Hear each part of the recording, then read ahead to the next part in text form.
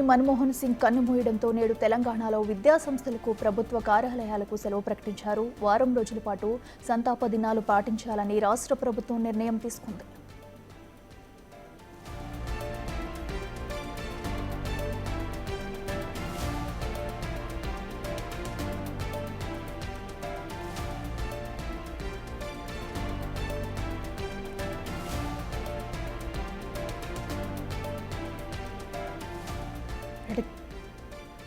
మాజీ ప్రధాని మన్మోహన్ సింగ్ మృతితో దేశం మొత్తం కూడా దిగ్భ్రాంతికి గురైంది. పలువురు ప్రముఖులు కూడా మన్మోహన్ సింగ్ మృతికి సంతాపం తెలుపుతున్నారు. అయితే ఆయన తీవ్ర అస్వస్థతకు గురవడంతో కూడా ఎయిమ్స్లో చికిత్స పొందుతూ కూడా రాత్రి మృతి చెందారు. దీంతో కూడా కేంద్రం అయితే 7 రోజులు సంతాప దినాలుగా ప్రకటించింది. అలాగే తెలంగాణలో కూడా ఈ రోజు విద్యా సంస్థలకు ప్రభుత్వ కార్యాలయాలకు కూడా సెలవు దినంగా ప్రకటించారు.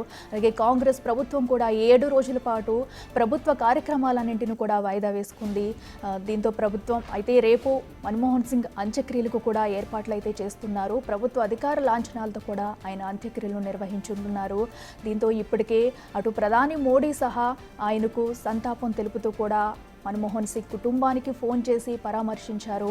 ఇక 7 రోజుల పాటు కూడా కేంద్రం అయితే సంతాప దినాలుగా ప్రకటించింది. అయితే దేశం ఒక గొప్ప వ్యక్తిని కోల్పోయింది. మన్మోహన్ సింగ్ మృతితో దేశం మొత్తం కూడా తీవ్ర దిగ్భ్రాంతికి గురైంది.